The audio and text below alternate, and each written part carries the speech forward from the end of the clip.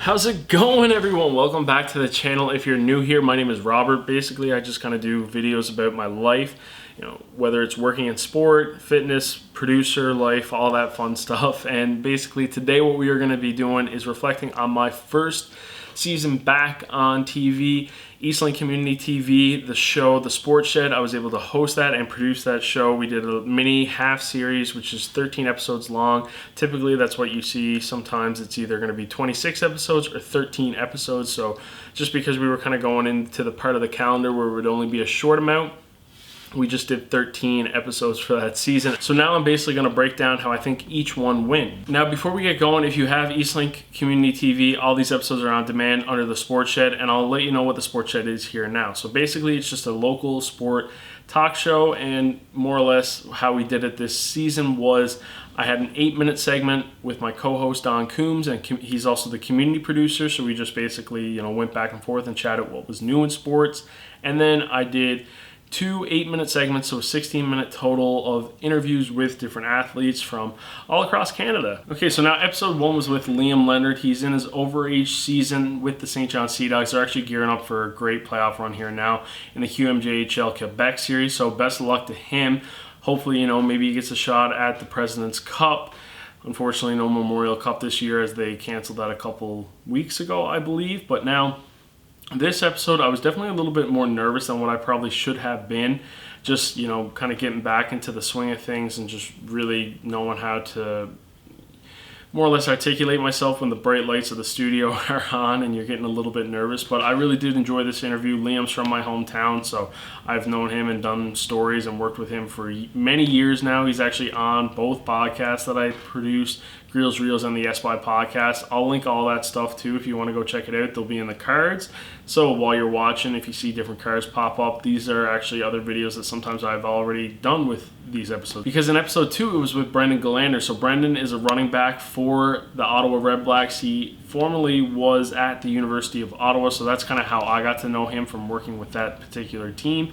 He's also got some great East Coast stories. I really did like this interview and this episode. It was one of my favorites. Me and Brendan, just every time we get together, I really enjoy his content and his context that he just provides in certain things because he's always down and willing to just grow his own personal brand. So he's really excited. And I will say, when you're kind of getting back into the swing of things, it's nice to interview people that you already know and already have worked with because you can kind of predict the type of energy that you're going to get back.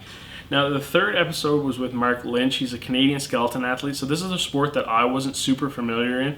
Did a lot of studying beforehand, and I really got to say, I got a brand new appreciation for the sport. I mean, I already did. It's kind of crazy that they get up to speeds of like 140, 160 kilometers an hour, and they're just going down a hill.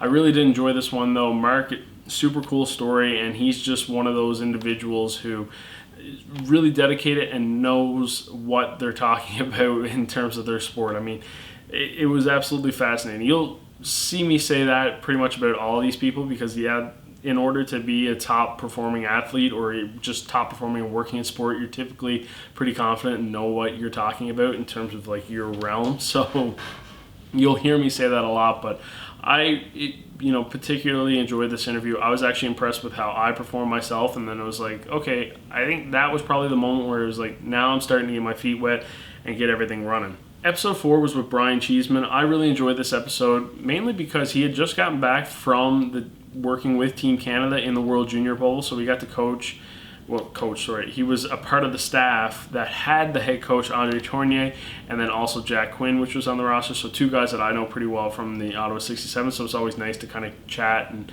just kind of compare stories from watching these top athletes play and stuff like that. And so really cool catch-up, super nice guy, really interesting, and also just another element of like the sport world that I'm not super familiar in with, athletic therapy. So it was cool to kind of see his insight on a lot of different things. And he's also actually won a Memorial Cup, so yeah, something that I would love to be a part of one day, just that experience of going through a season and a playoff run with a junior hockey team and ending it off at the highest level with a Memorial Cup. Now, episode 5 was with Nathan Taylor. Me and Nate have worked on the same staff at GG's Football for the last number of seasons, and he's always a guy that I love picking his brain because he's the recruiting coordinator. So how we kind of tied this into the East Coast and just Newfoundland in general was more or less an informative piece on how to get recruited. So we talked a little bit about Nate and his background, but then also just, hey, like, what's the best way to go about getting recruited, whether it's to Memorial University of Newfoundland or maybe another school in the AUS like Santa Fe or Acadia, or even, all the way out west in UBC, or, in Ontario where there's Ryerson, U-Ottawa, all those great programs, coast to coast, right? So basically, we got his perspective from a recruiting coordinator, somebody who was actively recruiting, the top prospects from all across Canada. He's also an Eagles fan, so we did chat a little bit about the Eagles, who, picked up a Heisman Trophy winner in the draft last night, I believe. Last night they picked up the Heisman Trophy winner. It's like sometimes when I record this and when I post this, who knows what day it's actually going to be on. So yeah, they picked up Heisman Trophy winner Devontae Smith. Who do you think, let me know in the comments, who do you think was the winner and loser so far of the NFL draft? I think a big winner so far, Chicago Bears. To get Justin Fields at 11, that is absolutely wild. But yeah, that episode 5 was with Nathan Taylor. It was great. Now, this is when Newfoundland actually went into lockdown because of the COVID-19 outbreak, so things had to change a little bit more. I was filming more from just home and then, going into the office during the day, quickly compiling all these episodes and then taking off. So next episode was with Mike Wall, who's got this whole extensive nutrition and fitness background here in the island, and he's worked all across Canada. Super cool dude, really high energy, and I gotta say, again, I think I personally did really well in this interview. I feel like I brought some good energy. He was showing us a home workout, so it was relative to what was going on, and it was helpful for people to maybe get a better idea of some activities that they could do while we were kind of stuck in lockdown here in Newfoundland and Labrador. And it was just one of those things too where, I added some elements where even though it was a Zoom call, I kind of grabbed one of my dumbbells and started doing some curls, and we had that nice little jokingly back and forth. So I gotta say that was really cool and a lot of fun. Then we followed it up with an episode with Catherine Barrett, who is a Canadian artistic swimmer. And now, funny enough, when I was going through school at the University of Ottawa, one of my last assignments was writing a reflection on a paper on this documentary about the Canadian artistic swimming team for Team Canada.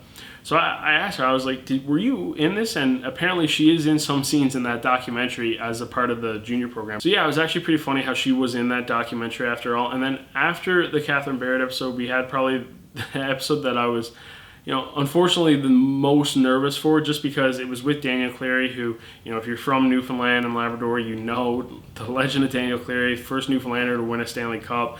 In 1997, he was drafted in that first round. One of the best draft classes, arguably, in the NHL, in the history of the NHL, and for me and a lot of my friends, just someone that we looked up to as just being hockey fans. I mean, you've seen Cody Drover on this channel a bunch before. He wore number 11 at the University of Ottawa. He's worn number 11 his whole career because of guys like Daniel Cleary. So while I was very nervous, and I think I was nervous just because it was like I said, it's like you're meeting a childhood hero of yours, I do think I performed well. I wish maybe now I had maybe just taken a couple extra breathers, but I do think overall that was a big highlight of the season to, chat with the childhood hero. And he's a great dude, honestly. It's so nice chatting with him. We actually chatted off camera for, 10, 15 minutes and really got to pick his brain and more or less just got to shoot the stuff. And again, just shy of 1,000 regular season games, a part of that dominant Red Wings history. But yeah, honestly, chatting with Daniel Cleary, that was just absolutely incredible. I still can't even really believe that I did it. Then the next episode, we actually didn't have a guest, so me and Don, the community producer, my co-host for this show, what we did was we did a Hall of Fame or not. It was a trend that I was seeing on TikTok, more or less, that people were posting, is this player who is currently playing going to be a Hall of Famer or not? So we did that. Some interesting discussions. I did enjoy the game style, the gamification style of this episode, and it obviously can spark debates with you guys in your living room and stuff like that. So I really did enjoy this one. Now, I'm still questioning some of Don's decisions to who he would not and would put in the Hall of Fame, but it's all in good fun. And yeah, I really did kind of enjoy that more, fun style of an episode. Now, the next episode was with Brett Budgell, the Charlottetown Islanders captain. This one, a lot of fun. Brett is fantastic, such a good hockey player. Really excited to see what the last bit of this season is going to do for him. and see if, maybe the Islanders do come out of that QMJHL playoff bubble format. But incredible season, like that whole organization. It's been really fun to watch, I got to say. And I know one of their OAs who plays on the line with Budgell, Thomas Casey, he's committing to like UMB. So now just thinking of like all the talent that the UMB Reds are going to have when U Sports picks up again, it's going to be absolutely incredible. But also, speaking of U Sports, within that episode, we put the feature on Cody Drover, who you've seen the video of, like, the behind the scenes of that particular video on this channel. So, yeah, that one, I really liked how just the whole episode flowed. We kind of kept it under this theme of QMJHL hockey. And, yeah, I really enjoyed just seeing Brett's whole journey, too, because he played in London, Ontario for a bit with minor hockey, then came to Chicago before eventually ending up in Charlottetown. So it was a cool journey for him, and I'm excited, again, like I said, to see what happens with the Charlottetown Islanders. And after that, we went with a guy who's not technically from Newfoundland, but was a part of the Kelly Cup champions, Todd Skirving. We've had him on my personal podcast. Great dude. I really love every time I get to chat with him. Super nice, always positive, looking to do more than he possibly can. He actually accepted a coaching job like 45 seconds after we filmed this interview over in the BCHL. So he's doing that. Hope everything's doing good for him over there. But I, again, really enjoyed this interview too. It's just nice to chat with guys who you've known now for a little bit.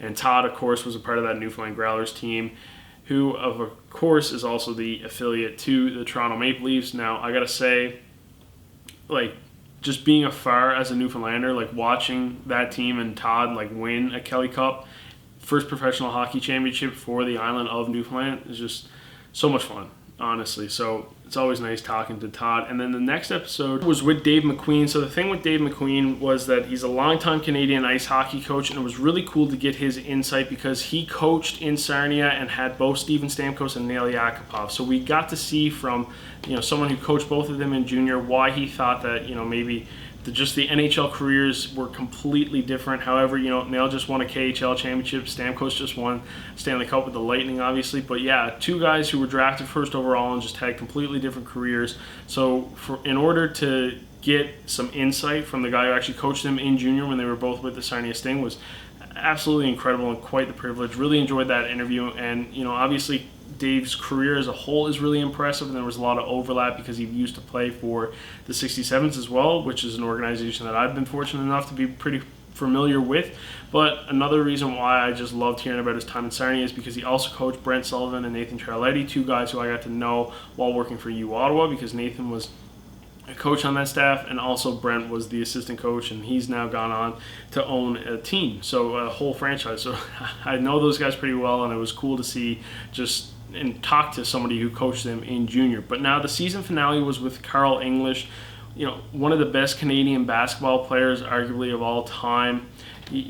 Obviously, just the international stage that he was able to perform at was super incredible, and it was really cool to see just his whole career path, especially the part where he got to come back with the St. John's Edge and play in the province. Super nice guy.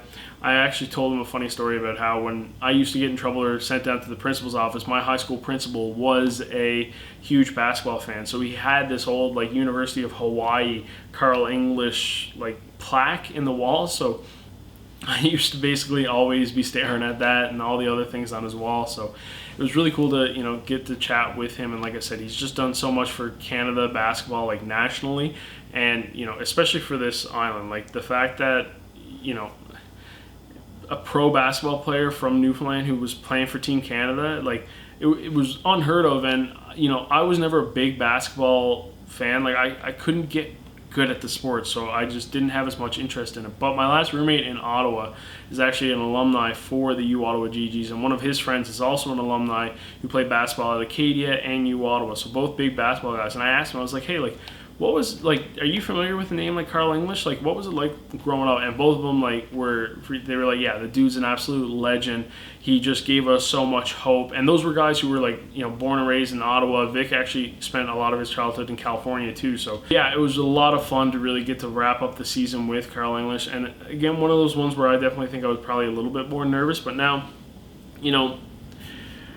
in conclusion, after the whole first season, I think I've learned a lot. I'm really excited to see what I can do and help this show grow even more. I'm thinking of, brainstorming different formats that we can really do.